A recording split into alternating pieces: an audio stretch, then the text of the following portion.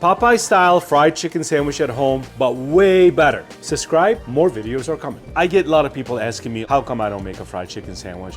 I don't follow trends, all right? But it doesn't mean that I don't know how to make a good one.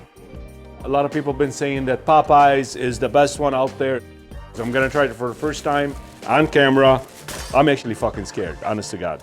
Just to let you know, a little backstory, I haven't had any fast food since Biggie Smalls was at the top of the charts.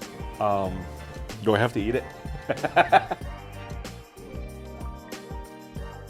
You know, I mean, I can see why people like it. It's fried, it's on a bun, it lacks a lot of flavor. As you know, we can do better. I'm gonna show you how to make a Popeyes style fried chicken sandwich at home, but way, way, way better. Step one, prepare the chicken.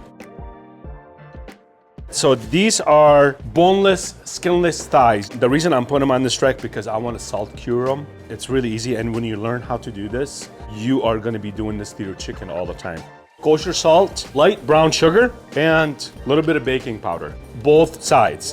What does baking powder do? It changes the pH level in the chicken. So when you're frying it, it makes the skin perfectly brown and perfectly crispy. Just a sprinkle of baking powder is the trick. You need to put this in the fridge for a minimum of 4 hours. Preferably overnight, but 4 hours does the trick. Step two, make the sauce. But first, I need to change my gloves and sanitize my board because I was preparing some chicken here. Here it goes, really simple sauce. A little bit of mayo.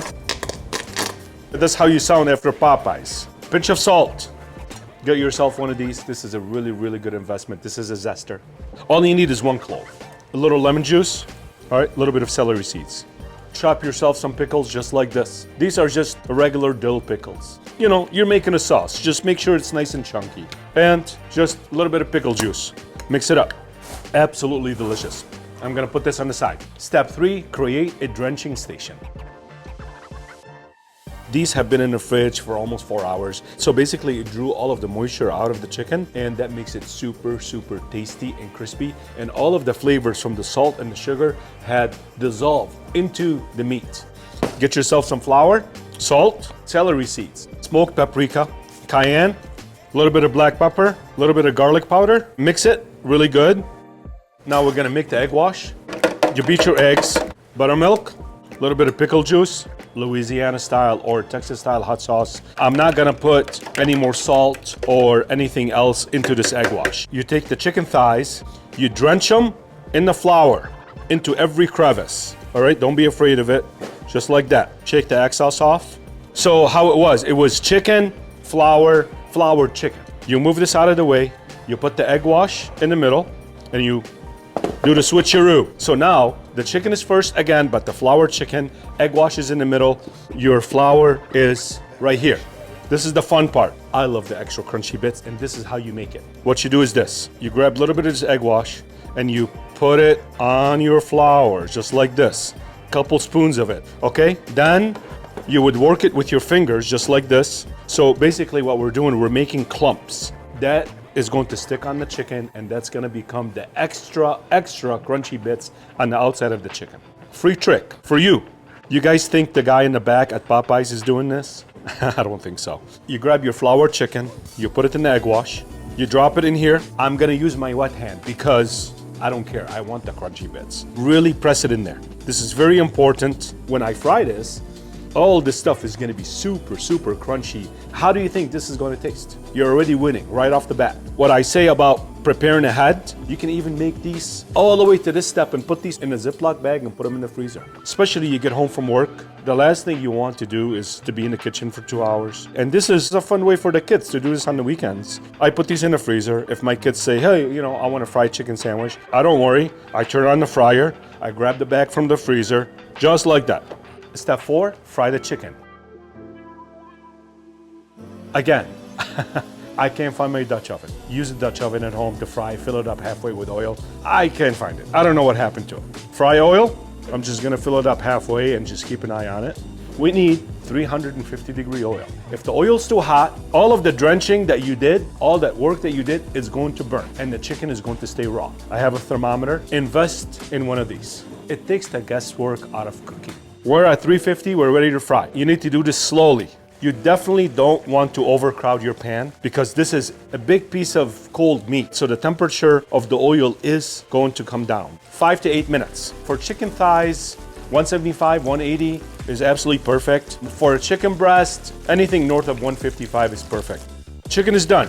So that's what I'm talking about. Perfectly brown, all these crispy bits. That's what's gonna make the sandwich super, super crunchy. I'm gonna fry the rest of them. Honestly, I can't wait to eat the sandwich. Step 5, last step, time to assemble the sandwich. I got these from the bakery section from the market. You can go to any market. This is a premium classic bun. That's what they called it. Just don't get the cheap shit. All right, just treat yourself. I'm just gonna grill these up really simply. All right, just a little bit of mayo. I'm gonna go toast these up. I'll be right back. This is our chicken and this is Popeyes chicken. Clearly tell the difference. Even like the smell is just, the smell from this, it's unbelievable. Same thing with the bun. Clearly tell the difference. Time to assemble. You take a little bit of this delicious sauce that you made, and the reason why you want it to be thick like this, because when you put the hot chicken on there, it's gonna melt it. So if you start off with a runny sauce, not fun. Just put it right in the middle. I'm going to use bread and butter pickles. For the sauce, I used the juice from dill pickles. So just to build up that contrast between the two. Sauce, pickles on a perfectly grilled buns, and now it's time to eat. Oh man. Sometimes I surprise myself. I swear to God. I'm gonna take another bite. All right, you wanna hear that crunch? Look at this crunchy bit right here. I know you guys are jealous. Oh man. Maria! Yes, yes. Tanya! Yes, sir. Reina! I have a treat for you guys, man. I know what you're gonna say. Mike, necesito chile. You know what? Here, this is for you, Reina. All right? All right, let's go. For me, always better.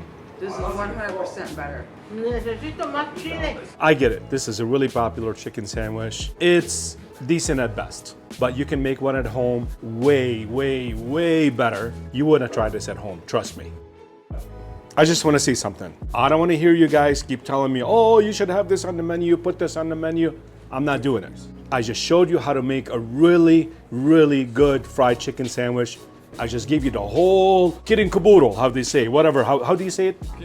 Kit and caboodle, whatever. All right, anyway, here it is. And please be so kind, subscribe to the channel. I have a lot more videos coming, and I do read all of the comments, all right? So keep them coming. Wow, man, what the fuck? I'm still eating it. By the way, I end up eating a whole sandwich, but I give all the ladies here half a sandwich. Call me cheap, I don't give a fuck. It's that good.